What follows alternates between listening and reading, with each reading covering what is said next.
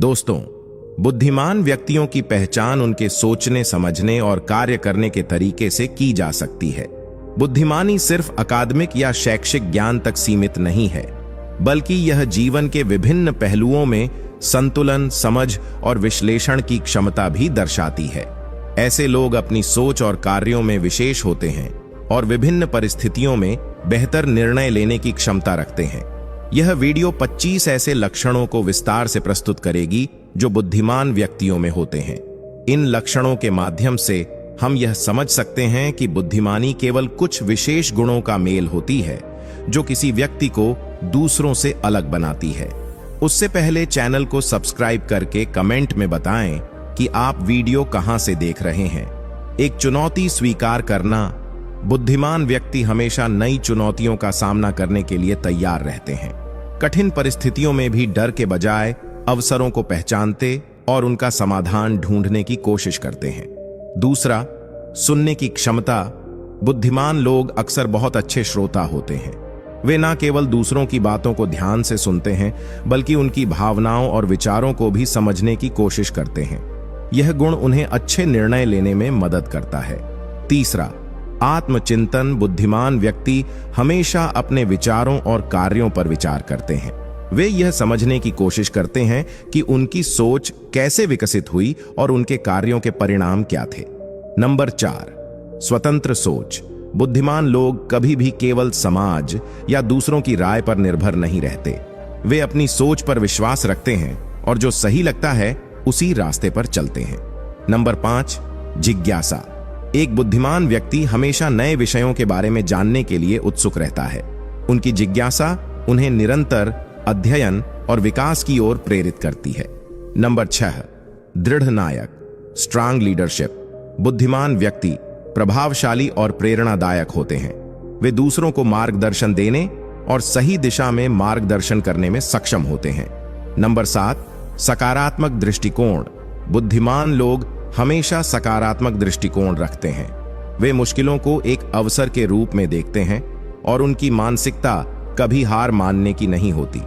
Number 8, समय का प्रबंधन। समय का सदुपयोग करना भी बुद्धिमान लोगों का एक महत्वपूर्ण गुण होता है। वे अपने समय का प्रभावी तरीके से प्रबंधन करते हैं और प्राथमिकताओं को सही तरीके से तय करते हैं। नंबर 9, धैर्य और संयम। बुद्धिमान व्यक्ति किसी भी स्थिति में धैर्य और संयम बनाए रखते हैं। वे जल्दी से निर्णय लेने के बजाय सोच समझकर निर्णय लेते हैं और किसी भी समस्या का हल ढूंढने में समय नहीं लगाते हैं। नंबर 10, भावनात्मक बुद्धिमत्ता, इमोशनल इंटेलिजेंस। यह लक्षण बुद्धिमान व्यक्तियों में अत्यधिक पाया जाता है। वे अपनी भावनाओं को नियंत्रित करने और दूसरों की भावनाओं को समझने में सक्षम होते हैं। इससे उन्हें बेहतर संचार और रिश्तों को बनाए रखने में मदद मिलती है। 11वीं, समस्या समाधान क्षमता, प्रॉब्लम सॉल्विंग एबिलिटी। बुद्धिमान लोग किसी भी समस्या का हल जल्दी और प्रभावी ढंग से निकालने में सक्षम होते हैं। वे अपनी समस्या हल करने की क्षमता पर विश्वास रखते हैं और नए दृष्टिकोण से समस्याओं को देखते हैं। नंबर 12, मूल्य और सिद्धांत, वैल्यूज एंड प्रिंसिपल्स।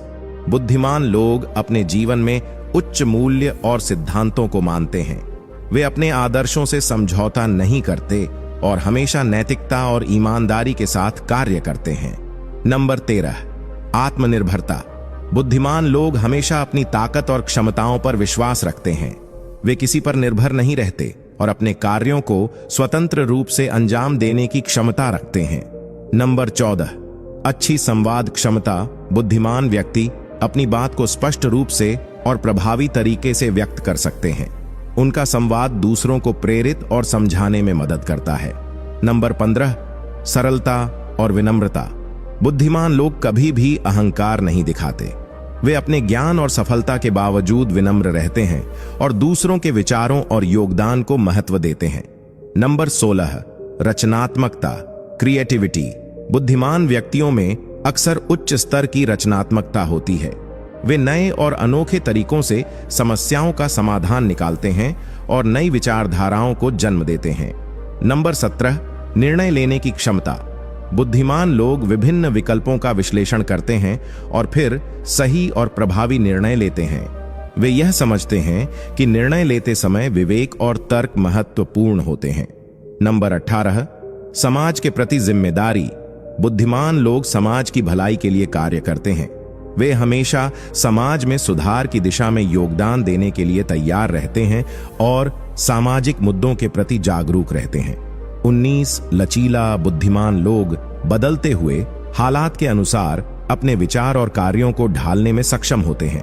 वे अपनी रणनीतियों को समय के अनुसार बदलने और अनुकूलित करने में सहज होते हैं। नंबर 20, स्मरण शक्ति, मेमोरी। बुद्धिमान व्यक्तियों की स्मरण शक्ति भी अक्सर बहुत तेज होती है। वे किसी भी जानकारी को जल्दी से याद कर सकते हैं और उसे प्रभावी तरीके से उपयोग कर सकते हैं। 21, स्वस्थ आदत। बुद्धिमान लोग अक्सर अच्छे शारीरिक और मानसिक स्वास्थ्य को बनाए रखने के लिए स्वस्थ आदतों का पालन करते हैं। यह आदतें उन्हें जीवन में सफलता और संतुलन बनाए रखने में मदद करती हैं। नंबर 22, संपूर्णता। बुद्धिमान लोग अपने कार्यों में हमेशा पूरी मेहनत और प्रयास करते हैं। वे कार्यों को अधूरा छोड़ने के बजाय उन्हें पूरा करने पर ध्यान केंद्रित करते हैं। नंबर 23, अनुकूलन क्षमता। किसी भी परिस्थिति में खुद को ढालना बुद्धिमान व्यक्तियों का विशेष गुण है। वे बदलते समय के साथ खुद को अनुकूलित कर लेते हैं और नए वातावरण में खुद को सहज महसूस करते हैं। नंबर 24, स्वस्थ रिश्ते बनाए रखना। बुद्धिमान लोग अपने रिश्तों को महत्व देते हैं और उन्हें मजबूत बनाए रखने के लिए पूरी कोशिश करते हैं। वे रिश्तों में आपसी समझ, आदर और प्यार बनाए रखते हैं। नंबर 25, सकारात्मक आलोचना को स्वीकार करना। बुद्धिमान लोग आलोचनाओं को व्यक्तिगत रूप से नहीं लेते। वे आलोचना को एक अवसर के रूप में देखते हैं जिससे वे खुद को सुधार सकते हैं और आगे बढ़ सकते हैं। दोस्तों, बुद्धिमान लोग अक्सर कई लक्षणों का मेल होते हैं जो उन्हें साधारण व्यक्तियों से अलग बनाते हैं। यह लक्षण न केवल उनकी सोच को प्रभावी बनाते हैं, बल्कि उनके कार्यों, रिश्तों और समाज के प्रति उनके योगदान को भी अद्वितीय बनाते हैं। इन लक्षणों को अपनाकर हम भी अपनी बुद्धिमानी में वृद्धि कर सकते हैं और जीवन में सफलता प्राप्त कर सकते हैं। आपको यह जानकारी पसंद आई हो तो चैनल को सब्सक्राइब करें, बेल आइकन को दबाएं हमारी लेटेस्ट वीडियो को देखने के लिए और वीडियो को लाइक जरूर करें। आचार्य चाणक्य ने व्यक्ति को सुखमय और ध्यानपूर्ण जीवन बनाने के लिए कई बातें बताई हैं। बता दें कि आचार्य चाणक्य ने अपने नीति ग्रंथ चाणक्य नीति में पूर्वजों की धरोहर और धार्मिक ग्रंथों का अध्ययन करने के बाद श्लोकों के रूप में इस संग्रहित किया है। चाणक्य नीति में जीवन की सफलता, उचित अनुचित, नैतिक अनैतिक, धर्म अधर्म के बारे में विस्तार से बताया है, जिन्हें अपनाकर हर एक व्यक्ति खुशहाली के साथ अपने जीवन को जी सकता है। ऐसे ही आचार्य चाणक्य ने उन बातों को बारे में बताया है जिन्हें पुरुषों को किसी के साथ साझा नहीं करना चाहिए। आइए जानते हैं चाणक्य नीति के अनुसार वह कौन सी चीजें हैं जिन्हें पुरुषों को किसी के साथ शेयर नहीं करना चाहिए। दोस्तों, आपसे निवेदन है कि वीडियो को लाइक करके चैनल को सब्सक्राइब करें और कमेंट में हर हर महादेव अवश्य लिखें। आज देखते हैं कितने लोग महादेव के भक्त हैं। आचार्य चाणक्य कहते हैं कि समझदार व्यक्ति को चाहिए इन सब बातों को वह अपने मन में ही छिपा कर रखे, इन्हें किसी दूसरे व्यक्ति पर प्रकट ना करें। इसके बारे में जानकर लोग हंसी ही उड़ाते हैं। ऐसी स्थिति में वह स्वयं उनका मुकाबला करे और सही अवसर की तलाश करता रहे। एक बुद्धिमान व्यक्ति को चाहिए कि वह अपने धन के नष्ट होने को, मानसिक दुख को, घर के दोषों को, किसी व्यक्ति द्वारा ठगे जाने और अपना अपमान होने की बात किसी पर भी प्रकट ना करे, किसी को भी ना बताए। प्रत्येक व्यक्ति को कभी ना कभी धन की हानि उठानी पड़ती है। उसके मन में किसी प्रकार का दुख या संताप भी हो सकता है। ऐसे में वह अपने दुख को कम करने के लिए अपने दोस्तों या फिर किसी अन्य व्यक्ति के साथ इस चीज को बता देता है। ऐसा करने से हो सकता है कि आपको और भी ज्यादा दुख बढ़ जाए। आचार्य चाणक्य कहते हैं कि अगर किसी व्यक्ति को धन हानि हुई है तो उसके सदमे में रहने के बजाय उससे सीखकर आगे बढ़ना चाहिए। प्रत्येक घर में कोई ना कोई बुराई भी होती है। कोई इन्हें छिपा लेता है तो कोई अपने दोस्तों या फिर अन्य व्यक्तियों के साथ इस बारे में बातचीत कर लेता है। आचार्य चाणक्य कहते हैं कि अगर आप अपने घर के दोषों को किसी के साथ शेयर कर रहे हैं तो इसका मतलब है कि आप अपने मान सम्मान की हानि कर रहे हैं। इसी के आधार पर वह आपसे से संबंधित छवि बना लेगा। हो सकता है कि वह व्यक्ति आपके पीठ पीछे इन चीजों को लेकर मजाक बना दे। कई बार मनुष्य को धोखा देकर ठगा जाता है। यह हर व्यक्ति के साथ किसी न किसी तरह से जरूर होता है। आचार्य चाणक्य के अनुसार इसे भी हर किसी के साथ शेयर नहीं करना चाहिए। इससे वह आपकी बौद्धिक क्षमता पर सवाल उठा सकता है या फिर वह अपने मन में इस बात की छवि बना लेगा कि आपको कोई भी आसानी से मूर्ख बना सकता है। हो सकता है कि आने वाले समय में वह व्यक्ति भी आपके साथ विश्वासघात कर ले या फिर आपकी हंसी उड़ा सकता है। आचार्य चाणक्य कहते हैं कि कभी ना कभी हर किसी को किसी के द्वारा अपमानित भी होना पड़ सकता है, तो इस बात को हर किसी को ना बताएं। इससे आप हंसी के पात्र बन सकते हैं। इसके साथ ही हर कोई आपका अपमान करने से पीछे नहीं हटेगा। अन्य लोगों में यह धारणा बन जाएगी कि इसका अपमान करने से यह पलटक जवाब नहीं देता। दवाई या औषधियों के बारे में चाणक्य नीति के अनुसार अपनी दवाई या औषधियों के बारे में किसी को भी नहीं बताना चाहिए। किसी को यह नहीं बताना चाहिए कि आपको क्या बीमारी है और आप कौन सी औषधियां ले रहे हैं। अपनी दवाइयों के बारे में दूसरों से बताने से स्वास्थ्य पर बुरा प्रभाव पड़ सकता है। घर का भेद चाणक्य के अनुसार अपने घर का राज्य किसी को नहीं बताना चाहिए। चाहे आप कितने भी परेशान क्यों ना हो, कभी अपने घर का दोष किसी के सामने उजागर नहीं कहना चाहिए। घर का भेद दूसरों को बताने से शत्रु इसका लाभ उठा सकते हैं। परिवार की बुराई अपने घर परिवार वालों की बुराई कभी किसी के सामने नहीं करनी चाहिए। अगर किसी सदस्य के भीतर कोई कमी है तो उसे भी किसी से नहीं कहना चाहिए। परिवार की बुराई दूसरों से करने पर पारिवारिक उपहास होता है, जिससे सम्मान को ठेस पहुंचाती है।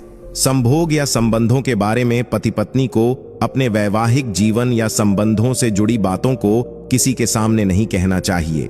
संभोग के दौरान गलती हो जाए तो उसे किसी दूसरे व्यक्ति को नहीं बताना चाहिए, या आपके पार्टनर में कोई कमी हो तो भी इसे दूसरों से नहीं कहना चाहिए।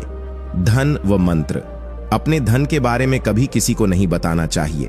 अगर आप किसी मंत्र का जाप करते हैं तो उसे अपने मन में रखने से अधिक प्रभाव पड़ता है।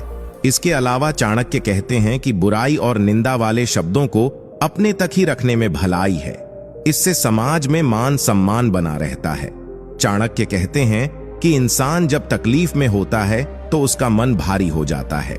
वह अपनी बात किसी से बताकर अपना मन हल्का करना चाहता है, लेकिन भावनाओं में आकर व्यक्ति कई बार अपना दुख ऐसे व्यक्ति को बता बैठता है जो उसका शुभ चिंतक नहीं होता है।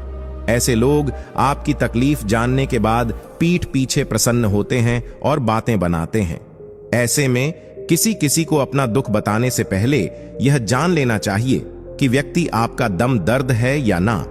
दाम्पत्य जीवन की बातें आचार्य चाणक्य के अनुसार किसी भी व्यक्ति को दूसरे के सामने पति और पत्नी के बीच होने वाली बातों की चर्चा नहीं करनी चाहिए, फिर चाहे सामने वाला आपका करीबी मित्र ही क्यों ना हो।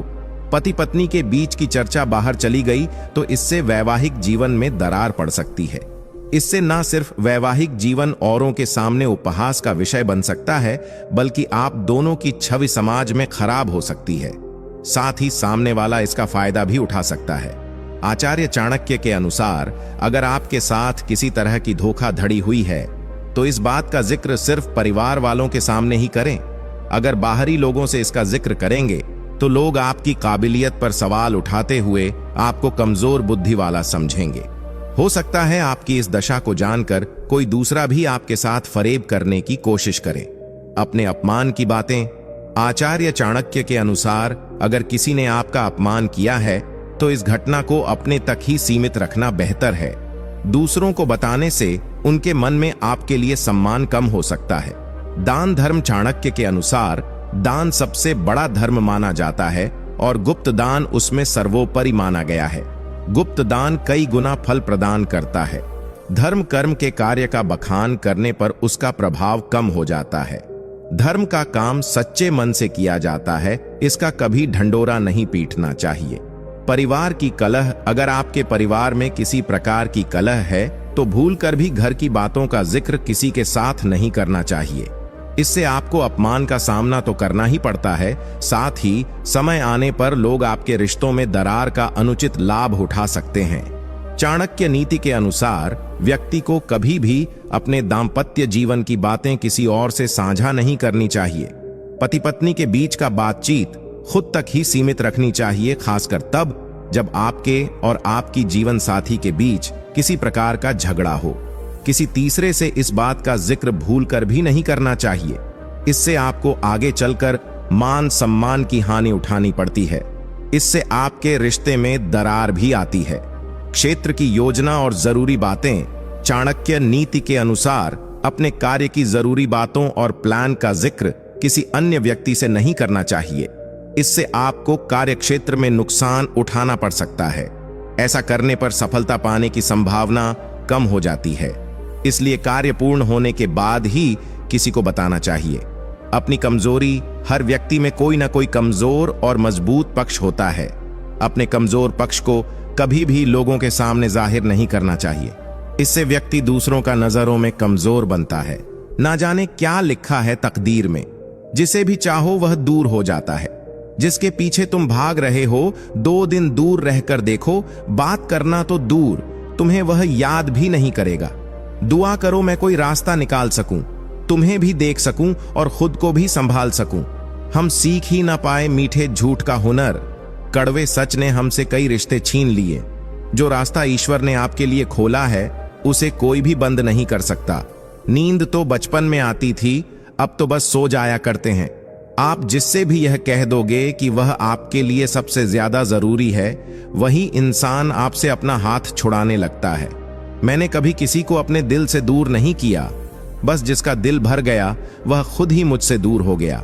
मैंने सबको अपना बनाकर देख लिया, लेकिन कोई भी हमेशा के लिए अपना नहीं होता। जब सपने टूटे हों और अपने छूटे हों तो नींद की गोलियां भी बेअसर हो जाती हैं। धोखा खाने वालों को तो वक्त के साथ सुकून मिल जाता है, मगर धोखा देने वालों को कभी सुकून नहीं मिलता। खामोशी से मोहब्बत करने वाले उम्र भर वफा निभाते हैं। दुश्मन तभी कामयाब होते हैं जब उनके पीछे अपनों के हाथ होते हैं। मुझे लोगों को माफ करना तो आता है, मगर दोबारा दिल में जगह देना नहीं आता। हम अधूरे लोग हैं। हमारी ना नींद पूरी हुई, ना ख्वाब पूरे हुए। आप नीचे गिर के देखो, कोई उठाने नहीं आएगा। आप जरा उड़कर तो देखो, आपके अपने ही नीचे गिराने आ जाएंगे। रिश्तों का संबंध सिर्फ रक्त से ही नहीं होता। जो मुसीबत में हाथ थाम ले, उससे बड़ा कोई रिश्ता नहीं होता। वह मन बना चुके थे दूर जाने का। हमें लगा हमें मनाना नहीं आता। इंसान भी कमाल है, ड्रामे करता है। लोगों का दुख दर्द देखकर रो पड़ता है और असल में लोगों के दुख दर्द को ड्रामा समझ लेता है। पवित्रता सिर्फ नफरत में है। प्यार में तो लोग कपड़े भी उतार देते हैं। कैसे कर लेते हैं लोग इश्क 2-4 के साथ। मुझे तो उसके बाद किसी का ख्याल तक नहीं आया। संबंधों को सिर्फ समय की ही नहीं, समझ की भी जरूरत होती है। मोहब्बत में हम सिर्फ उस इंसान से हारे हैं जो कहता था कि हम सिर्फ तुम्हारे हैं। मजाक का सहारा लेकर लोग दिल की बात बोल जाते हैं। अगर चुप कराने वाला कोई ना हो तो हालात मुस्कुराना सिखा देते हैं। आपकी कामयाबी के पीछे सबसे बड़ा हाथ किसी और का नहीं, आपके बुरे वक्त का होता है। बहुत दर्द होता है उस वक्त जब हम किसी पर अंधे की तरह भरोसा करें और वह हमें महसूस करा दे कि हम वाकई में अंधे थे। सोच अगर खूबसूरत हो तो सब कुछ अच्छा नजर आता है। जो गुजर चुका है उसे पीछे मुड़कर कभी मत देखना, वरना जो आगे मिलने वाला है आप उसे भी खो दोगे। शरीर सुंदर हो या ना हो, पर शब्दों को जरूर सुंदर होना चाहिए, क्योंकि लोग चेहरे भूल जाते हैं पर शब्दों को कभी नहीं भूलते। कठिनाई आने से इंसान अकेला हो जाता है, पर कठिनाई आने पर ही इंसान मजबूत होना सीख जाता है। कोई नाराज है तो रहने दो, किसी के पैरों में गिरकर जीना हमें भी नहीं आता। झूठी कस्मों से इंसान नहीं मरता, मगर भरोसा जरूर मर जाता है। आप हमेशा यह सोचते हो कि किसी को बुरा ना लग जाए, पर क्या कभी किसी ने सोचा कि किसी की बात का आपको भी बुरा लग सकता है? अक्सर मजाक का सहारा लेकर लोग दिल की बात बोल जाते हैं। जिंदगी में अगर कुछ हासिल करना है तो अपना पूरा ध्यान, अपनी पूरी शक्ति उसी पर लगा दो। विश्वास रखना, वह चीज आपको जरूर मिलेगी। औकात से बड़े दिखावे इंसान को कर्ज में डुबा देते हैं। मैंने देखा है यह आलम जमाने में लोग बहुत जल्दी थक जाते हैं रिश्ते निभाने में। रावण की जिंदगी से एक बात सीखी है, भाई हो या दोस्त, अपने राज अपने तक ही रखने चाहिए। आंखों का पानी और दिल की कहानी हर किसी को समझ नहीं आती। जिंदगी आपको उस मुकाम पर जलील करती है जहां से आपको कुछ अच्छे की उम्मीद रहती है। लोग कहते हैं कि मेरा दिल पत्थर का है, इसलिए इसको पिघलना नहीं आता। अब मैं क्या कहूं कि क्या आता है और क्या नहीं आता। बस मुझे मौसम की तरह बदलना नहीं आता। किसी के लिए भी आप खुद को कभी मत बदलना, क्योंकि जो आपको सच में पसंद करेगा वह आपके लिए थोड़ा एडजस्ट जरूर करेगा। वक्त और किस्मत पर कभी घमंड मत करना, क्योंकि सुबह उनकी भी होती है जिनके दिन खराब होते हैं। एक छोटी सी लड़ाई से हम अपना प्यार खत्म कर लेते हैं। इससे तो अच्छा है कि हम प्यार से लड़ाई को ही खत्म कर दें। जब कोई सहारा नहीं होता तब कुदरत सहारा बनती है। बस इरादे और नियत नेक होनी चाहिए। जो अपने लिए नियम नहीं बनाते उन्हें दूसरों के नियमों पर चलना पड़ता है। माफ चाहे बार बार कीजिए, लेकिन विश्वास सिर्फ और सिर्फ एक बार कीजिए। हम किसी की जरूरत हो सकती, आदत भी हो सकते हैं, लेकिन हकीकत में हम किसी के लिए जरूरी नहीं होते। मुझे हमारे रिश्ते में वह तीसरा शख्स बिल्कुल पसंद नहीं था, लेकिन बाद में पता चला वह तीसरा मैं ही था। नफरत नहीं है तुझसे, लेकिन अब मोहब्बत भी नहीं है। बिछड़ने का दुख तो बहुत है, लेकिन अब मिलने की चाहत भी नहीं है। कभी निराश मत बैठो, हार मत मानो। क्या पता कल आपकी जिंदगी का सबसे बेहतरीन दिन हो। अपनी ही मोहब्बत से मुकरना पड़ा मुझे, जब उसे किसी और के लिए रोते हुए देखा। तुझ में मैं ना सही तो क्या हुआ, मुझ में तो तुम बेशुमार हो। इजहार से नहीं, इनकार से पता चलता है कि मोहब्बत कितनी गहरी है। खुद को खो दिया हमने लोगों को मनाते मनाते, और लोग पूछते हैं कोई तकलीफ तो नहीं। बड़ा होकर आखिर क्या मिला, दिमाग में बोझ और दिल में गम। काश वह बचपन फिर से जी पाते। हम कुछ रिश्ते अजनबी हो तो ही अच्छा है, जान पहचान तो जान ही ले लेती है। कैसे निकालेंगे हम तुम्हारे ख्याल को अपने दिल से, हमारे तो हर ख्याल में तुम्हारा ही ख्याल है। फिक्र है इज्जत की तो मोहब्बत छोड़ दो, जाओगे इश्क की गली में तो चर्चे जरूर होंगे। कितना मुश्किल होता है एक शख्स को खुदा से मांगकर फिर उसको भूल जाने की दुआ करना। मजबूरियां मत सुनाओ, ये कबूल करो कि तुम बेवफा हो। क्या शिकवा करें हम अपनी किस्मत का। वह लोग भी बदल गए जो कहते थे यकीन करो हम सबकी तरह नहीं हैं। जिंदगी भर खुश रहना चाहते हो तो खुद को ऐसा बना लो कि कोई आपके साथ हो या ना हो, लेकिन आपको इस बात का कोई दुख नहीं होना चाहिए। जिंदगी की हकीकत को इतना ही जाना है, दर्द में अकेले हैं और खुशी में सारा जमाना है। लोग कहते हैं कि जब कोई अपना दूर चला जाता है तो बहुत तकलीफ होती है, पर ज्यादा तकलीफ तो तब होती है जब कोई अपना पास होकर भी दूरियां बना लेता है। जैसे जैसे उम्र बढ़ने लगती है वैसे आपको यह एहसास भी होने लगता है कि आपने अपनी जिंदगी में उन लोगों को व्यर्थ ही महत्व दिया जिनका आपके जीवन में कोई योगदान नहीं था।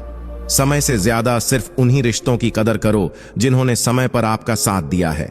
जिंदगी बहुत छोटी है, इसीलिए किसी इंसान का पीछा करने से कई गुना बेहतर है कि आप अपने सपनों को पूरा करें। सही राह पर चलना थोड़ा मुश्किल जरूर है, पर उस रास्ते पर आपको कोई नहीं गिरा सकता। मतलब की बात सब समझते हैं, पर बात का मतलब कोई नहीं समझता। गिरते गिरते ही बच्चा चलने लगता है, डूबते डूबते ही इंसान तैरने लगता है। चोट से घबराकर कभी पीछे मत हटना, क्योंकि चोट खाकर ही इंसान संभलने लगता है। असफलता पर लाखों ताने आएंगे, परंतु निराश मत होना, हताश मत होना, क्योंकि यह वही समय है जिसमें आप जाने जाएंगे। अगर शेर के साथ रहोगे तो वह आपको जिंदगी में संघर्ष करना सिखाएगा, लेकिन अगर किसी गधे के साथ रहोगे तो वह आपको हालातों के सामने झुकना सिखाएगा। इसीलिए गधों के नहीं, शेरों के संग रहना सीखो। क्रोध हमेशा मूर्खता से शुरू होता है और हमेशा पश्चाताप पर खत्म होता है। आपकी आज की मेहनत आपके कल के सपनों की चाबी है। एक ऐसा लक्ष्य निर्धारित करो जो आपको सुबह जल्दी उठने को मजबूर कर दे।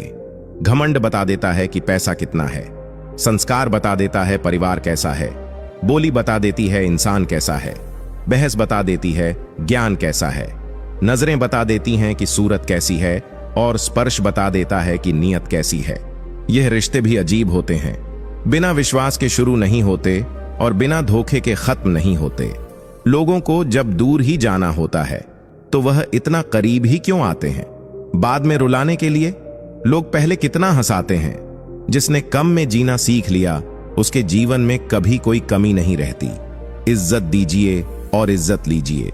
सबके लिए एक ही उसूल है, और जिनकी नजरों में हम कुछ भी नहीं, हमारी नजरों में वह भी फिजूल है। एक हद तक टूट जाने के बाद इंसान अपने हक में आई खुशियों भी ठुकरा देता है। जिन्होंने आपको कष्ट दिया है, कष्ट तो उन्हें भी मिलेगा, और विश्वास रखना, आपको यह देखने का मौका भी मिलेगा। अपना वह होता है जो किसी और के लिए आपको नजरअंदाज ना करे। चुपचाप सहते रहो तो आप अच्छे हो, और अगर आप बोल पड़ो तो तुमसे बुरा कोई भी नहीं है। हर रिश्ते की अपनी अपनी सीमाएं होती हैं, लेकिन जब बात आत्मसम्मान की हो तो वहां रिश्ते को खत्म कर देना ही सही होता है। सहारे इंसान को खोखला कर देते हैं और उम्मीदें इंसान को कमजोर कर देती हैं। इसीलिए अपने दम पर जीना शुरू करो, क्योंकि आपसे अच्छा साथी और हमदर्द आपका और कोई नहीं हो सकता। किस्मत और अपनों का कोई भरोसा नहीं है, यह दोनों कभी भी पलट सकते हैं। नरम दिल के लोग जल्दी रो पड़ते हैं, जल्दी रूठ जाते हैं, फिर जल्दी मान भी जाते हैं। मैंने सुना कि ऐसे लोग भगवान को बहुत पसंद आते हैं। उम्मीद करना गलत नहीं होता, पर हमसे गलती यह होती है कि हम गलत लोगों से उम्मीद लगा बैठते हैं। शब्द का भी एक अपना स्वाद है। बोलने से पहले खुद छक लेना चाहिए। अगर खुद को अच्छा ना लगे तो दूसरों को कैसे अच्छा लगेगा? दिल तो अभी भी जिंदा है, बस अब फील मर गई है। कर दिया आजाद उनको जो हमारे दिल में रहकर ख्वाब किसी और के देखते थे। जिस इंसान ने दुख में खुश रहना सीख लिया, समझ लेना कि उस इंसान की जिंदगी सफल हो चुकी है। जिंदगी में आप मुस्कुराना सीख लो, रोना तो लोग सीखा ही देंगे। जब तुम्हें प्यार करने वाला तुम्हें परेशान करना छोड़ दे तो समझ जाना कि तुमने उसे खो दिया है। नजदीकियां अगर हद से ज्यादा बढ़ जाएं तो गम ही मिलते हैं, और इसी ते हम हर शख्स से कम ही मिलते हैं। दिल में बहुत सी अनकही बातें हैं जिन्हें कहने का मन करता है, मगर कहे तो किससे कहें? यहां हर शख्स पराया लगता है। अगर जंगल में जाकर देखो तो आड़े टेढ़े पेड़ तो खड़े रहते हैं, और जो सीधे सीधे खड़े होते हैं वह काट दिए जाते हैं। इसका मतलब यह हुआ कि अगर आप दुनिया में हो तो फिर आप दुनियादारी सीखो, और इसलिए सीखो कि अगर आपको दुनियादारी नहीं आएगी तो लोग आपको खा जाएंगे। और अगर आप ये चाहते हो कि लोग आपको खा नहीं जाएं, तो इसके लिए आपको यह चीज बहुत ही ज्यादा अच्छी तरह से आना चाहिए कि कब सच बोलना है, कब झूठ बोलना है, कब बहुत कठोर हो जाना है, कब बहुत प्रेम से व्यवहार करना है, तो कब किसी को नुकसान पहुंचाना है और कब किसी को फायदा पहुंचाना है, या किसी भी तरीके से अपना कार्य जो है वह सिद्ध होना चाहिए। ऐसा क्यों? ऐसा इसलिए क्योंकि कार्य की सिद्धि होती है, यही वह चीज होती है जिसके आधार पर किसी भी इंसान को नापा जाता है। इस चीज को जरा सा एग्जाम्पल से समझकर भी देख लीजिए। देखिए, महाभारत में 4 लोग हैं जिनसे नीति का ज्ञान दिया जा सकता है। पहले हैं भीष्म पितामह, दूसरे हैं महात्मा विदुर, तीसरे हैं श्री कृष्ण और चौथे हैं शकुनी। इनमें से भीष्म पितामह और महात्मा विदुर की नीति जो है कुछ ज्यादा ही पॉजिटिव और कुछ ज्यादा ही कंट्रोलिंग है, जिसकी वजह से यह प्रैक्टिकल नहीं रह जाती थी। महाराज शकुनी की नीति जो है कुछ ज्यादा ही नेगेटिव है, और इसके रिजल्ट्स जो है बिल्कुल भी कंट्रोलेबल नहीं है, जिसकी वजह से यह भी प्रैक्टिकल नहीं रह जाती।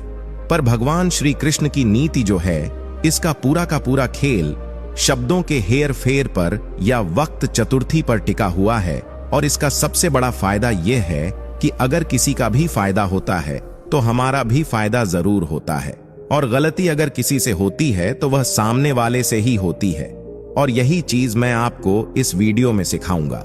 चाणक्य नीति कहती है कि जब तक जीवन और जीविका का प्रश्न नहीं हो, चाहे कुछ भी क्यों ना हो जाए, कभी भी झूठ नहीं बोलना चाहिए। और इसीलिए नहीं बोलना चाहिए क्योंकि जब भी कोई इंसान झूठ बोलता है, वैसे ही उसके चेहरे के हाव भाव और उसकी बॉडी लैंग्वेज बदल जाती है। और अगर सामने वाला बंदा कोई ऐसा है जिसकी पारखी नजर है, तो वह इस बात को समझ जाता है कि आप झूठ बोल रहे हो। अब सवाल यह उठता है कि जीवन और जीविका की रक्षा के लिए तो झूठ बोलना उचित बताया गया है, पर यह भी बताया गया है कि अगर पारखी व्यक्ति होगा तो वह आपके झूठ को पकड़ लेगा। तो ऐसे में झूठ किस तरह से बोला जाए, कि सामने वाला चाहे पारखी व्यक्ति हो या ना हो, आपके झूठ को पकड़ ना पाए। इसके 6 नियम होते हैं। सबसे पहली चीज होती है निर्धारण। देखिए, झूठ बोलने की कुल मिलाकर 4 वजहें हो सकती हैं, जिसमें पहले है अपने हितों की रक्षा करना, दूसरी है अपने मित्रों से बेहतर संबंध बनाना, तीसरी है अपने प्रतिद्वंदी को तटस्थ करना, और चौथी है अपने शत्रुओं का नाश करना। अब जबकि झूठ बोलने के लिए इन चारों में से कम एक कंडीशन तो फुल होना ही होना चाहिए, और अगर ऐसा नहीं है, आप बेकार में ही होशियार दिखा रहे हैं। और अगर इन चारों में से कोई एक कंडीशन में विफल हो रही है, तो फिर आपको यह सोचना चाहिए कि आप असल में चाहते क्या हैं और उसके हिसाब से आपको क्या बताना चाहिए। दूसरा नियम होता है नियमन, और इसमें असल में यह किया जाता है कि इस बात को समझने की कोशिश की जाती है कि जो कुछ भी एंड रिजल्ट चाहते हैं उसके हिसाब से हमें कितना बताना चाहिए। नियमन के लिए इंफॉर्मेशन की क्वांटिटी को कंट्रोल किया जाता है, और उसके लिए या तो बेकार की इंफॉर्मेशन ऐड कर दी जाती है या फिर जरूरी इंफॉर्मेशन हटा दी जाती है। तीसरा नियम होता है निरूपण, और इसमें असल में यह किया जाता है कि इस बात को समझने की कोशिश की जाती है कि जिस तरह के आदमी के सामने हम अपनी बात रखने वाले हैं वह किस तरह का आदमी होगा, और उसके सामने जो बात हम कहना चाहते हैं वह किस तरह से और किन शब्दों का इस्तेमाल करके रखी जानी चाहिए। चौथा नियम होता है शंका विचार, क्योंकि आप झूठ बोल रहे हैं, आपकी बात में गलती होंगे ही होंगे, और इसीलिए आपको इस बात पर बहुत ही गहराई से विचार करना चाहिए कि जो कुछ भी मैं कह रहा हूं उस बात को मुमकिन आधार पर काटा जा सकता है। अब यह बहुत ही ज्यादा जरूरी स्टेप होता है, और ज्यादातर लोग इसके ऊपर विचार ही नहीं करते, और इसी वजह से जब वह झूठ बोलते हैं तब उनका झूठ पकड़ा जाता है। देखिए, कंटिन्यूटी और कंसिस्टेंसी जो होती है, बहस बता देती है ज्ञान कैसा है, नजरें बता देती है कि सूरत कैसी है, और स्पर्श बता देता है कि नीयत कैसी है। ये रिश्ते भी अजीब होते हैं, बिना विश्वास के शुरू नहीं होते और बिना धोखे के खत्म नहीं होते। लोग जब दूर ही जाना होता है तो वह इतना करीब ही क्यों आते हैं? बाद में रुलाने के लिए लोग पहले कितना हंसाते हैं। जिसने कम में जीना सीख लिया उसके जीवन में कभी कोई कमी नहीं रहती। इज्जत दीजिए और इज्जत लीजिए, सबके लिए एक ही उसूल है, और जिनकी नजरों में हम कुछ भी नहीं, हमारी नजरों में वह भी फिजूल है। एक हद तक टूट जाने के बाद इंसान अपने हक में आई खुशियों भी ठुकरा देता है। जिन्होंने आपको कष्ट दिया है, कष्ट तो उन्हें भी मिलेगा, और विश्वास रखना आपको यह देखने का मौका भी मिलेगा। अपना वह होता है जो किसी और के लिए आपको नजरअंदाज ना करे। चुपचाप सहते रहो तो आप अच्छे हो, और अगर आप बोल पड़ो तो तुमसे बुरा कोई भी नहीं है। हर रिश्ते की अपनी अपनी सीमाएं होती हैं, लेकिन जब बात आत्मसम्मान की हो तो वहां रिश्ते को खत्म कर देना ही सही होता है। सहारे इंसान को खोखला कर देते हैं और उम्मीदें इंसान को कमजोर कर देती हैं। इसीलिए अपने दम पर जीना शुरू करो, क्योंकि आपसे अच्छा साथी और हमदर्द आपका और कोई नहीं हो सकता। किस्मत और अपनों का कोई भरोसा नहीं है, यह दोनों कभी भी पलट सकते हैं। नरम दिल के लोग जल्दी रो पड़ते हैं, जल्दी रूठ जाते हैं, फिर जल्दी मान भी जाते हैं। मैंने सुना कि ऐसे लोग भगवान को बहुत पसंद आते हैं। उम्मीद करना गलत नहीं होता, पर हमसे गलती यह होती है कि हम गलत लोगों से उम्मीद लगा बैठते हैं। शब्द का भी एक अपना स्वाद है। बोलने से पहले खुद छक लेना चाहिए। अगर खुद को अच्छा ना लगे तो दूसरों को कैसे अच्छा लगेगा? दिल तो अभी भी जिंदा है, बस अब फील मर गई है। कर दिया आजाद उनको जो हमारे दिल में रहकर ख्वाब किसी और के देखते थे। जिस इंसान ने दुख में खुश रहना सीख लिया, समझ लेना कि उस इंसान की जिंदगी सफल हो चुकी है। जिंदगी में आप मुस्कुराना सीख लो, रोना तो लोग सीखा ही देंगे। जब तुम्हें प्यार करने वाला तुम्हें परेशान करना छोड़ दे तो समझ जाना कि तुमने उसे खो दिया है। नजदीकियां अगर हद से ज्यादा बढ़ जाएं तो गम ही मिलते हैं, और इसी ते हम हर शख्स से कम ही मिलते हैं। दिल में बहुत सी अनकही बातें हैं जिन्हें कहने का मन करता है, मगर कहे तो किससे कहे? यहां हर शख्स पराया लगता है। अगर जंगल में जाकर देखो तो आड़े टेढ़े पेड़ तो खड़े रहते हैं, और जो सीधे सीधे खड़े होते हैं वह काट दिए जाते हैं। इसका मतलब यह हुआ कि अगर आप दुनिया में हो तो फिर आप दुनियादारी सीखो, और इसलिए सीखो कि अगर आपको दुनियादारी नहीं आएगी तो लोग आपको खा जाएंगे, और अगर आप यह चाहते हो कि लोग आपको खा नहीं जाएं तो इसके लिए आपको यह चीज बहुत ही ज्यादा अच्छी तरह से आना चाहिए कि कब सच बोलना है, कब झूठ बोलना है, कब बहुत कठोर हो जाना है, कब बहुत प्रेम से व्यवहार करना है, तो कब किसी को नुकसान पहुंचाना है और कब किसी को फायदा पहुंचाना है, या किसी भी तरीके से अपना कार्य जो है वह सिद्ध होना चाहिए। ऐसा क्यों? ऐसा इसीलिए क्योंकि कार्य की सिद्धि होती है, यही वह चीज होती है जिसके आधार पर किसी भी इंसान को नापा जाता है। इस चीज को जरा सा एग्जाम्पल से समझकर भी देख लीजिए। देखिए, महाभारत में 4 लोग हैं जिनसे नीति का ज्ञान दिया जा सकता है। पहले हैं भीष्म पितामह, दूसरे हैं महात्मा विदुर, तीसरे हैं श्री कृष्ण और चौथे हैं शकुनी। इनमें से भीष्म पितामह और महात्मा विदुर की नीति जो है कुछ ज्यादा ही पॉजिटिव और कुछ ज्यादा ही कंट्रोलिंग है, जिसकी वजह से यह प्रैक्टिकल नहीं रह जाती थी। महाराज शकुनी की नीति जो है कुछ ज्यादा ही नेगेटिव है और इसके रिजल्ट्स जो है बिल्कुल भी कंट्रोलेबल नहीं है, जिसकी वजह से यह भी प्रैक्टिकल नहीं रह जाती। पर भगवान श्री कृष्ण की नीति जो है, इसका पूरा का पूरा खेल शब्दों के हेर फेर पर या वक्त चतुर्थी पर टिका हुआ है। और इसका सबसे बड़ा फायदा यह है कि अगर किसी का भी फायदा होता है तो हमारा भी फायदा जरूर होता है, और गलती अगर किसी से होती है तो वह सामने वाले से ही होती है। और यही चीज मैं आपको इस वीडियो में सिखाऊंगा। चाणक्य नीति कहती है कि जब तक जीवन और जीविका का प्रश्न नहीं हो, चाहे कुछ भी क्यों ना हो जाए, कभी भी झूठ नहीं बोलना चाहिए। और इसीलिए नहीं बोलना चाहिए क्योंकि जब भी कोई इंसान झूठ बोलता है, वैसे ही उसके चेहरे के हाव भाव और उसकी बॉडी लैंग्वेज बदल जाती है। और अगर सामने वाला बंदा कोई ऐसा है जिसकी पारखी नजर है, तो वह इस बात को समझ जाता है कि आप झूठ बोल रहे हो। अब सवाल यह उठता है कि जीवन और जीविका की रक्षा के लिए तो झूठ बोलना उचित बताया गया है, पर यह भी बताया गया है कि अगर पारखी व्यक्ति होगा तो वह आपके झूठ को पकड़ लेगा। तो ऐसे में झूठ किस तरह से बोला जाए कि सामने वाला चाहे पारखी व्यक्ति हो या ना हो, आपके झूठ को पकड़ ना पाए। इसके 6 नियम होते हैं। सबसे पहली चीज होती है निर्धारण। देखिए, झूठ बोलने की कुल मिलाकर 4 वजहें हो सकती हैं, जिसमें पहले है अपने हितों की रक्षा करना, दूसरी है अपने मित्रों से बेहतर संबंध बनाना, तीसरी है अपने प्रतिद्वंदी को तटस्थ करना, और चौथी है अपने शत्रुओं का नाश करना। अब जबकि झूठ बोलने के लिए इन चारों में से कम एक कंडीशन तो फुल होना ही होना चाहिए, और अगर ऐसा नहीं है, आप बेकार में ही होशियार दिखा रहे हैं। और अगर इन चारों में से कोई एक कंडीशन में विफल हो रही है, तो फिर आपको यह सोचना चाहिए कि आप असल में चाहते क्या हैं और उसके हिसाब से आपको क्या बताना चाहिए। दूसरा नियम होता है नियमन, और इसमें असल में यह किया जाता है कि इस बात को समझने की कोशिश की जाती है कि जो कुछ भी एंड रिजल्ट चाहते हैं उसके हिसाब से हमें कितना बताना चाहिए। नियमन के लिए इंफॉर्मेशन की क्वांटिटी को कंट्रोल किया जाता है, और उसके लिए या तो बेकार की इंफॉर्मेशन ऐड कर दी जाती है या फिर जरूरी इंफॉर्मेशन हटा दी जाती है।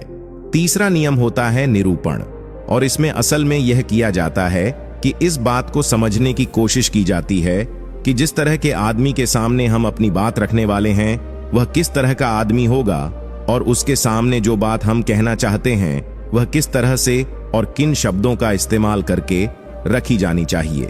चौथा नियम होता है शंका विचार, क्योंकि आप झूठ बोल रहे हैं, आपकी बात में गलती होंगे ही होंगे, और इसीलिए आपको इस बात पर बहुत ही गहराई से विचार करना चाहिए कि जो कुछ भी मैं कह रहा हूं उस बात को मुमकिन आधार पर काटा जा सकता है। अब यह बहुत ही ज्यादा जरूरी स्टेप होता है, और ज्यादातर लोग इसके ऊपर विचार ही नहीं करते, और इसी वजह से जब वह झूठ बोलते हैं तब उनका झूठ पकड़ा जाता है। देखिए, कंटिन्यूटी और कंसिस्टेंसी जो होती है यह एक असली झूठ की आत्मा होती है, और बिना इसके झूठ टिक नहीं सकता। 5वां नियम होता है समाधान। आपने सामने वाले से कोई बात बोली और सामने वाले ने एक क्रॉस क्वेश्चन कर दिया, अब आपको जवाब देना पड़ेगा, और आपका जवाब जो है वह लॉजिकली करेक्ट लगना चाहिए और फैक्चर होना चाहिए। इस चीज को जरा सा समझ लीजिए। अब हम जो बात कहते हैं वह बात हमेशा फैक्ट पर आधारित होना चाहिए, और ऐसा इसलिए होना चाहिए क्योंकि बात को तो काटा जा सकता है, पर फैक्ट जो होते हैं इनको कुछ भी करके कैसे भी काटा नहीं जा सकता या नहीं। भले ही चाहे आपके कंक्लूजन गलत हो, पर अगर वह फैक्ट पर बेस्ड है तो आपके कंफ्यूजन्स भी सही माने जाएंगे। आप बस केवल इस बात को ध्यान में रखिए। और सामने वाला चाहे कितना भी अनुभवी क्यों ना हो और चाहे उसकी कितनी भी पारख नजर क्यों ना हो, आपकी झूठ को पकड़ नहीं पाएगा। दोस्तों, अब बात करते हैं कि चाणक्य ने लोगों के झूठ को पकड़ने के कौन से तरीके बताए हैं। आपके सामने कोई झूठ बोल रहा है, यह जानना बहुत आसान नहीं तो बहुत मुश्किल भी नहीं है। यहां हम आपको बता रहे हैं ये जानने के 10 आसान से टिप्स कि आपके सामने खड़ा इंसान सच बोल रहा है या झूठ। शब्दों से ज्यादा सामने वाले की भाव भंगिमा पर ध्यान दें। अक्सर झूठ बोलते समय व्यक्ति हाथों को छिपाकर रखता है। हाथ बांधना, पीछे रखना, जेब में डालना या हाथों पर ही बैठ जाना। अगर सामने वाला ऐसा कुछ करता है तो आप उसकी बातों पर शक कर सकते हैं, वह भी तब जब सामान्य परिस्थितियों में वह अपनी बात कहते समय हाथों का बहुत ज्यादा यूज करता हो।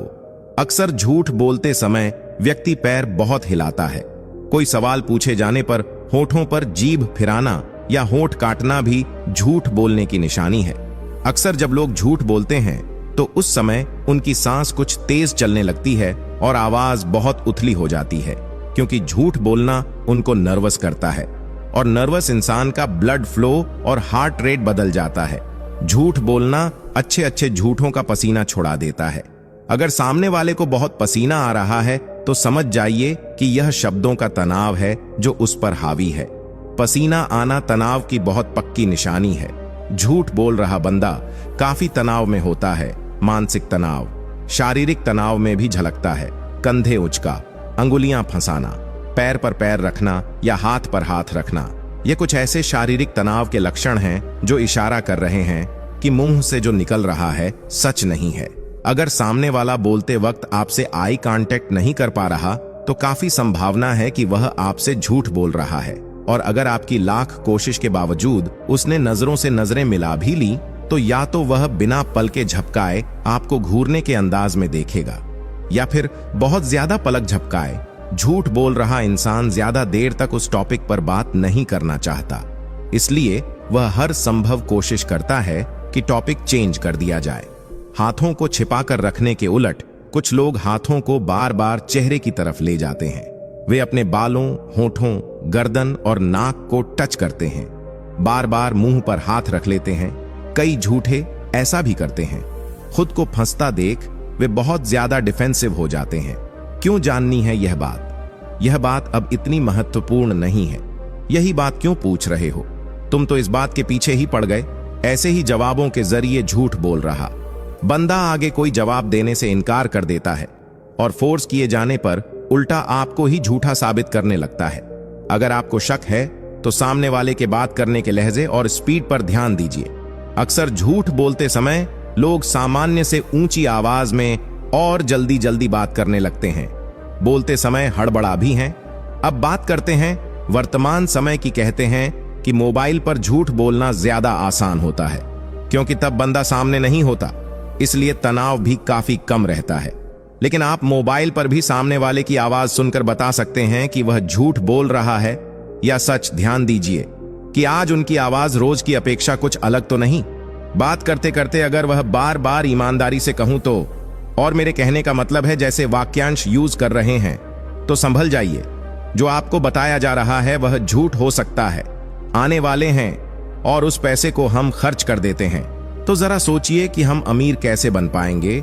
जो पैसा हमारे पास आया ही नहीं, उस पैसे को भी हम खर्च कर देते हैं और हम अमीर बनने के बारे में सोचते हैं। अमीर बनने की वीडियो देखते हैं लेकिन उन बातों का पालन नहीं करते। और बहुत लोग तो ऐसे भी होते हैं जो लोन लेकर जमीन खरीद लेते हैं और यह सोचते हैं कि जब हमें इसमें फायदा होगा तो हम लोन वापस कर देंगे। लेकिन वह लोग यह नहीं समझते कि जितना हमें इसमें फायदा होगा उससे ज्यादा हमें लोन का ब्याज भरना होगा। तो दोस्तों, ऐसा काम कभी ना करें। कर्ज लेकर कोई भी चीज ना खरीदे। चौथी और सबसे अच्छी बात यह है कि आप अपने पैसों को कैश में रखकर ही खर्च करें। कभी भी मोबाइल फोन के किसी भी ऐप का उपयोग करके पैसा खर्च ना करें। आपको शायद पता नहीं होगा कि आप कोई भी सामान खरीदते हो और फिर फोन से पेमेंट करते हो तो आपको आपके पैसा खर्च होने का ज्यादा तकलीफ नहीं होता, क्योंकि वह पैसा आपके जेब से नहीं जा रहा। लेकिन वहीं पर यदि आप अपनी जेब से पैसा निकालकर खर्च करते हो तो आपको महसूस तो होगा कि यार पैसा खर्च हो रहा है। अगर आपको यकीन ना हो तो आप ऐसा करके देख लेना। मार्केट जाना और फिर किसी भी सामान का पैसा अपने फोन से पे करना, जिससे आपको ज्यादा महसूस नहीं होगा कि आपका पैसा खर्च हो रहा है। लेकिन जिस दिन आप अपने जेब से पैसा निकाल कर दोगे तो उस दिन आपको जरूर लगेगा कि यार पैसा जेब से जा रहा है, मेरा पैसा खर्च हो रहा है, ज्यादा पैसा खर्च हो रहा है। पांचवी बात आपको ध्यान रखनी है, अपनी भावनाओं पर काबू रखना है। अगर आपको कोई चीज पसंद आ रही है और आप उसे खरीदना चाहते हैं तो सबसे पहले यह देख ले कि वाकई क्या इस चीज की आपको जरूरत है, क्योंकि बहुत से लोग कोई चीज पसंद आने पर उसे तुरंत खरीद लेते हैं। कई बार तो ऐसा भी होता है कि कोई स्कीम वाले आते हैं जो हमें लुभाने वाली चीजें लेकर आते हैं और हमें वह चीज पसंद आ जाती है और हम उसे तुरंत खरीद लेते हैं। तो हमें ऐसी चीजों को लेने से बचना चाहिए। हमें ऐसी चीज नहीं लेनी चाहिए, बल्कि हमें सिर्फ ऐसी ही चीज लेनी चाहिए जिसकी हमें जरूरत हो। छठी और आखिरी बात यह है कि कभी भी कोई भी शौक ना पाले। आपको शायद इस बात का पता होगा कि हमारी दुनिया में महंगाई का सबसे महत्वपूर्ण कारण शौक है। आज के समय में नॉर्मल 10,000 का फोन आ रहा है और वहीं ही पर 2 लाख का भी फोन आ रहा है। दोनों में फर्क इतना है, किसी को 10,000 का फोन रखने का शौक है तो किसी को 2 लाख का रखने का शौक है। हाँ, यहां पर आदमी की अमीरी भी दर्शाती है, क्योंकि अमीर आदमी महंगा फोन रखेगा तो लगेगा कि वह अमीर है, तो यह शौक ही तो हुआ। शौक है तभी तो उसने महंगा फोन रखा, इसीलिए महंगाई का कारण है। शौक और किसी भी चीज की महंगाई नहीं है, और इसीलिए लोग समय समय पर शौक वाली चीजें बनाते रहते हैं। अच्छी अच्छी चीज बनाकर हमें लुभाने के लिए लेकर आते रहते हैं, ताकि हमें वह चीज पसंद आ जाए और हम उसे तुरंत खरीद लें, क्योंकि उन्हें पता है कि ना लोगों का शौक खत्म होगा और ना ही उनका मार्केटिंग बंद होगा। भले ही आज के समय में हमसे कितने भी लोग यह बात कहते हैं कि पैसा ही सब कुछ नहीं होता, लेकिन यदि उनकी जिंदगी में सही तरीके से ध्यान रखकर देखा जाए तो उनके लिए पैसा ही सब कुछ होता है। वह पैसों के लिए ही इधर उधर भाग रहे हैं और हमें कहते हैं पैसों के पीछे मत भागो। तो दोस्तों, इस वीडियो में चाणक्य ने कुछ फिजूल खर्च बताने की कोशिश की है, ताकि उन खर्चों को आपको कंट्रोल में करना चाहिए, ताकि आपके पास पैसा बचे और जरूरत के समय वह पैसा आपके काम आ सके। और वह पैसा जब जरूरत के समय हमारे काम आता है तो हमारे दिल को जो शांति मिलती है वह सच में बहुत ही अद्भुत शांति होती है। दोस्तों, आइए अब इसे कहानी के माध्यम से समझते हैं। एक बार की बात है, एक गांव में 2 औरत रहती थीं। एक के पास एक भैंस थी और एक के पास एक बकरी थी। जिसके पास भैंस थी वह औरत सही तरीके से किसी भी चीज को संभाल कर रखना नहीं जानती थी। उसकी भैंस दूध तो बहुत देती थी, लेकिन उसने दूध की कीमत जानी ही नहीं और वह दूध घर की बिल्ली को पीला देती थी। उस दूध को ऐसे ही खर्च कर देती थी। दूध को सही तरीके से उपयोग में कैसे लिया जाता है वह औरत जानती ही नहीं थी। और जिसके पास बकरी थी वह दूध की कीमत जानती थी और वह दूध के एक एक बूंद को बचाकर रखती थी और उससे दही जमाकर घी निकाल लेती है और धीरे धीरे वो बहुत सारा घी इकट्ठा कर लेती है।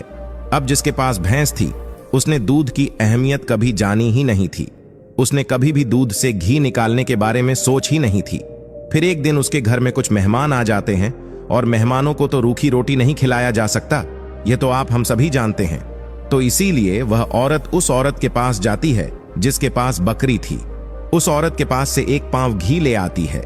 वह औरत यह कहकर घी लाती है कि मैं जल्द ही अपनी भैंस का दूध निकालकर घी निकाल लूंगी तो मैं तुम्हें तुम्हारा घी वापस कर दूंगी।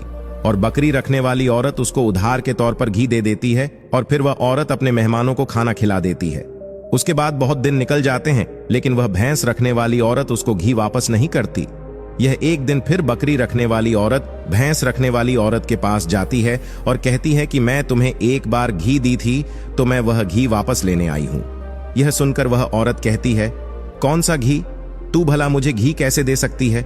मेरे पास तो भैंस है और तेरे पास तो बकरी है, और मैं भला तुझसे घी उधार क्यों मांगूंगी? मेरे पास तो इतनी अच्छी भैंस है और उसका तो बहुत ज्यादा दूध होता है, मैं तो खुद उससे घी निकाल लूंगी। मैं भला तुझसे घी क्यों उधार लूंगी? यह कहकर वह देने से मना कर देती है। और फिर बकरी रखने वाली औरत वापस आ जाती है, क्योंकि उसको यह पता था कि कोई भी अब मेरी बात पर विश्वास नहीं करेगा, क्योंकि उसके पास तो भैंस है। लेकिन फिर भी उसने कई लोगों से बोली, पर इस बात को कोई मानने को तैयार ही नहीं था। सबका जवाब एक सा था, कि भला भैंस रखने वाला इंसान बकरी रखने वाले से घी उधार क्यों लेगा। ये बात कोई भी मानने को तैयार नहीं था। उसी गांव के बाहर एक गुरु रहते थे और फिर वह बकरी रखने वाली और औरत उस गुरु के पास जाती है और उन्हें अपनी सारी समस्याएं बताती है। उसके बाद उस गुरु ने भैंस रखने वाली औरत को बुलवा लिया और फिर वह औरत भी उस गुरु के पास पहुंच जाती है और वह भी अपनी बात बताते हुए कहती हैं कि गुरुदेव, ये झूठ बोल रही है, मेरे पास तो भैंस है और भला मैं इससे घी क्यों लूंगी। अब उस गुरु को इसका फैसला करना था कि क्या सच में भैंस रखने वाली औरत बकरी रखने वाली औरत से घी उधार ली है या नहीं, क्योंकि बकरी का दूध तो बहुत कम होता है और भैंस का तो बहुत ज्यादा होता है। तो क्या जरूरत हो गई कि एक भैंस वाली को बकरी वाली से घी उधार लेना हुआ। अब गुरु बहुत देर सोचते हैं और उसके बाद दोनों औरतों को अपने पास बुलाकर एक एक लोटा पानी देते हुए कहते हैं कि यह पानी लेकर जाओ और दोनों ही अच्छे से हाथ पैर धोकर आओ। अब एक लोटा पानी देखकर भैंस रखने वाली औरत कहती है, गुरुदेव, सिर्फ एक लोटा पानी से हाथ पैर कैसे धो पाऊंगी। लेकिन बकरी रखने वाली औरत उस लोटे को लेकर चली जाती है और वह अच्छे से अपने हाथ पैर धोती है और उसके बाद भी वह लोटे के अंदर कुछ पानी बचा भी लाती है और वापस गुरु के पास आ जाती है। लेकिन वह भैंस रखने वाली औरत लोटा लेकर जाती है और उसने तो सिर्फ अपना हाथ धोया और उस लोटे को खाली करके वापस ले आती है। जैसे ही वापस लाकर दोनों लोटा रखा जाता है, तभी वह गुरु कहते हैं कि भैंस रखने वाली औरत ने बकरी रखने वाली औरत से घी ली थी और उसे घी वापस करना चाहिए। अब जो गांव के लोग पास में बैठे थे, उन्होंने कहा, गुरुदेव, इससे कैसे साबित हो सकता है कि भैंस रखने वाली औरत ने बकरी रखने वाली औरत से घी उधार ली है। उसके बाद वह गुरु कहते हैं, जरा इन लोटों पर ध्यान दो। इस औरत ने लोटे में इतना पानी बचा भी ली और हाथ पैर मुंह सब धो भी ली। यह होती है किसी भी चीज की अहमियत को समझना। और दूसरी औरत ने सिर्फ मुंह धुलकर ही लोटे का सारा पानी खत्म कर दी, क्योंकि उसको इस पानी की कीमत नहीं पता थी। और जिस चीज की हमको कोई कदर नहीं होती, वो भले ही हमारे पास कितने भी हो, वह नष्ट हो ही जाती है और खत्म हो ही जाती है। और यदि हमारे पास कोई भी चीज कम है और यदि हम उसको सही तरीके से इस्तेमाल में लेते हैं और उसकी कीमत को जानते हैं, तो जरूर उससे हम फायदा ले सकते हैं। जैसे कि बकरी रखने वाली औरत ने दूध बचाकर उससे मक्खन निकाली और उससे घी बनाई, और भैंस रखने वाली औरत को दूध की कदर नहीं थी, इसीलिए इतना दूध होने के बावजूद भी उसके घर में मेहमानों के लिए घी नहीं था। यह बात सत्य है। उसके बाद भैंस रखने वाली औरत उस गुरु के चरणों में गिर जाती है और कहती है, महाराज, मुझे क्षमा कर दीजिए, मैं अभी घर जाकर उसको एक वापस दे दूंगी। उसके बाद वह गुरु कहते हैं कि बूंद बूंद से सागर भरता है। हमारे पूर्वजों ने यह कहावत यूं ही नहीं बनाई। हमारी छोटी छोटी बचत हमारे भविष्य में एक महत्वपूर्ण लाभ बनकर हमें मिलती है, और यह बात बहुत ही कम लोग जान पाते हैं। और यही बात हमारे घर में लक्ष्मी पर लागू होती है। यदि हम लक्ष्मी को बचाएंगे तो वही लक्ष्मी हमें भविष्य में अधिक लाभ बनकर मिलेगी।